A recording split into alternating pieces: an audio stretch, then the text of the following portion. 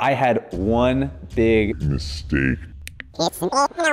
This is the Dipsea. It's the oldest trail race in the country, started in 1905, and this year was the 113th running of that race. 5 years ago, a friend put me on this trail for the first time. I sprained my ankle, I was covered in dirt, mud, water, you name it, and I fell absolutely in love with this course. This year, I ran the Dipsea for the 4th official time, and I used a decent amount of Zone 2 training to get myself ready for it. You've probably heard of Peter Attia and Andrew Huberman talking about Zone 2 training at length, or if you research fitness at all, it's definitely having a hype moment. My experience with the Zone 2 training here is hopefully something that you might be going through because you might be new to training and understanding Zone 2. Let's get straight what it is and why it's useful, what that did for me, how I performed, what are those downsides, what do you need to be aware of, and how it could all benefit you in the long run. And let's kind of get through the weeds of why it's important and what we can take and what we can leave behind.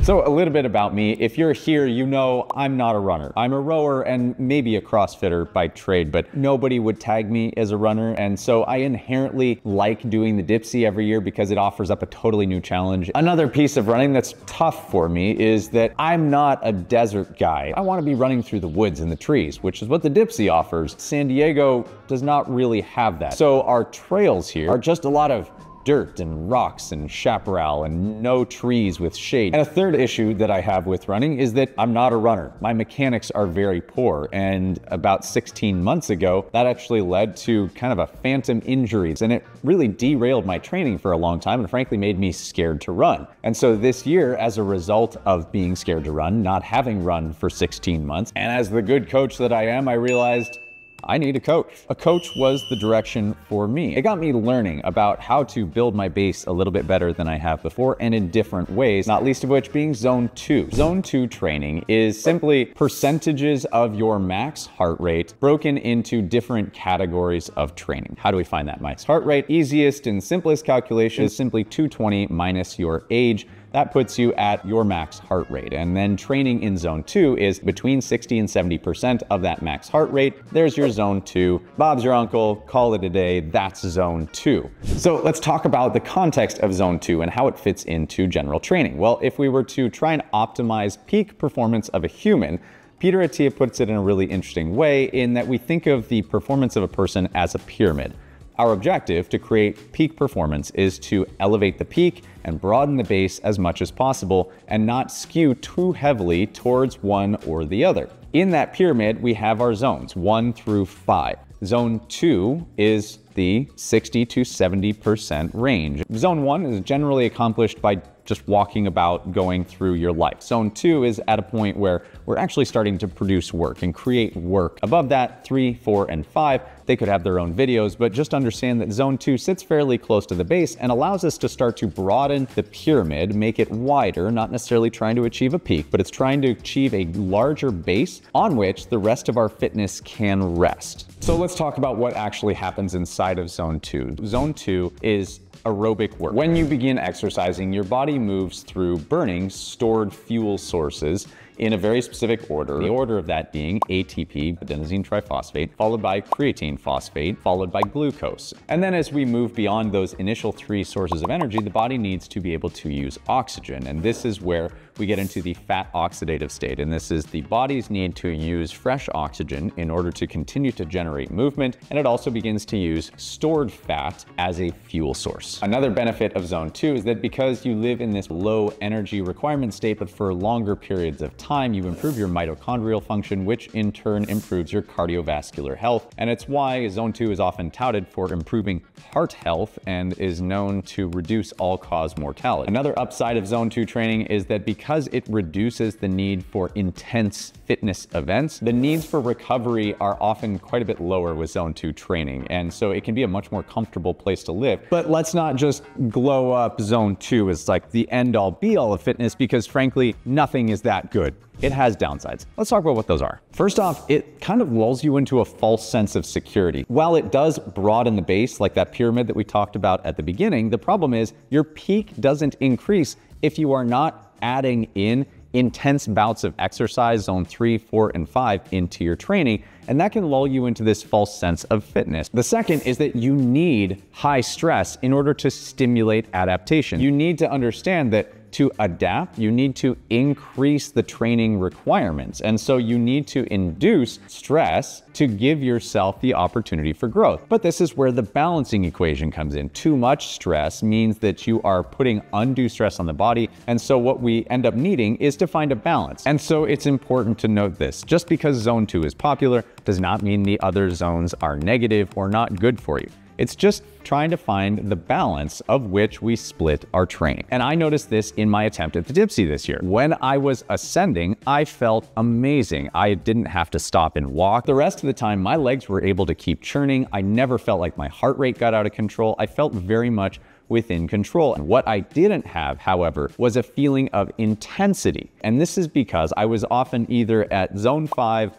or zone 2. And so I missed on of the zone 3 into zone 4 training. I needed a bit of that mix, and I didn't quite experience it on actual race day, where I felt like I did have a bit of gap in my fitness. So back to my experience with Dipsea. I went into this year feeling pretty injured. And when I talked to my coach for the first time, I said, listen, this is my biggest concern. I can't run. My heel hurts every time I try to get on the trail. So we arrived at a couple conclusions. One, all my workouts were going to move to the track as we built up in intensity. Next, we started with very small doses, 5 minutes at a time, with extremely low intensity, almost not even getting to zone 2, but just working on my cadence. Next up, we basically said that trail running was going to come second to just building the endurance of my legs. Throughout the season though, I was sick a lot. The upside of zone 2 training, I felt like I was able to get back to training faster. I could at least put in some low intensity work without feeling like it was setting my immune system back. And finally, I had one big mistake. I did too much climbing all on pavement, and I tried to descend too fast and ended up re-injuring myself. This sucks. Thankfully, however, because of the volume of good work that I've been putting in on mechanics and zone 2, I took about a week off before getting back to my track workouts and regaining the confidence to start running again. So now, should you choose to use zone 2 training, the first thing is that you need to know what is your max heart rate. If you do have some technology, which I'm a big fan of, a chest heart rate monitor is honestly the best way to go to get accurate heart rate data. From there, your zones will be calculated after you're able to put in some benchmark events so that the tracker has enough data about you to be able to give you an accurate calculation. One of the best ways of doing that is just making sure that you're putting in some low intensity but long events, 45 minutes, and gradually increasing from there. Now, let's say that you don't have any way to actually track your heart rate actively. There are a few different ways that you can do that. Number one, nasal breathing. If you can maintain nasal breathing while you are running, rowing, skiing, biking, whatever it may be, there's a good chance that you are still in zone 2, because if you have to open your mouth to take in a big gasp, you're probably breathing too hard. So that's one easy way to do it. Another easy way to do it is the talk test. Can you have an easy conversation without having to spit words out? Don't say it. Don't you say it. Left. Come on! If you can easily talk back and forth, you're zone 2. And then finally, there's good old RPE. That's perceived rate of exertion, or rate of perceived exertion. That is simply your own scale, 1 to 10, of how you're feeling within that workout. You should be between a 6 and a 7. If you feel like, woo, I'm getting to 8, 9, you've gone too high. So after all of that, what did the race look like for me? So I went into this race, and on race day, I was sick. My performance conditioning was subpar that day, but I knew that my fitness was better than last year. And so tackle the race was gonna happen either way. I was able to still qualify for next year's race, which is basically my only goal. And that to me is my test of fitness every year round. The thing that I noticed, however, my fastest time was actually in 2022. I was doing a lot of unilateral leg strength. I had been on a progression of strength training for about 6 months of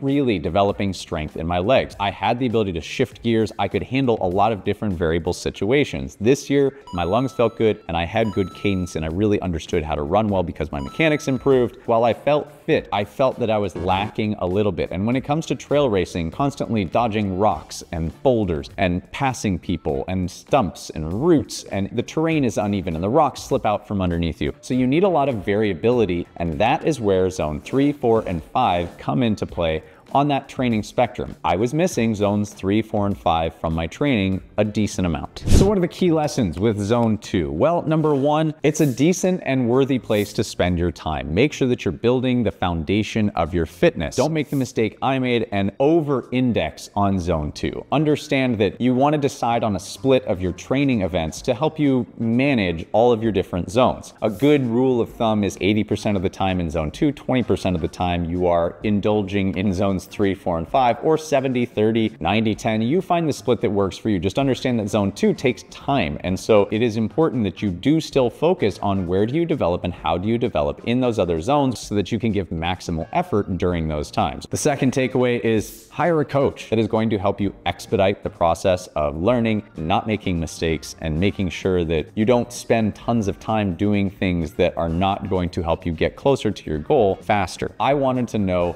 what I could do to improve, and having a coach in my corner is always going to be advantageous. And finally, patience. If I learned anything from this year's attack at the Dipsea, it's that I needed patience in my training. My first month of training was some of the most slow, boring, tedious practice that I have done in a long time. But do you know what that did? It built up my confidence slowly. And that's one of the things that we talk about on this channel is build first, work on your mechanics and lay a strong foundation. Never skimp on mechanics because they're the things that are gonna help you find efficiency, help you avoid having injuries. Don't run yourself into a hole. So what am I gonna do going forward? Well, I am going to now step back into zone 2 training, because I still think it has value. But what I'm going to recognize is that I need to understand what my split of zone 3, 4, and 5 are so that I can build a better plan for myself. And a lot of that is going to be making sure that strength is a big part of my plan, as well as practicing and playing with some more higher intensity, shorter bouts. And hey, if you are interested in going down the path of zone 2, I've got a free guide for you to help you navigate the waters of zone 2 training. And specifically, if you want to implement it with rowing, then we've got a good guide. So just make sure that you head to darkhorserowing.com/zone2, and you can download that guide for free.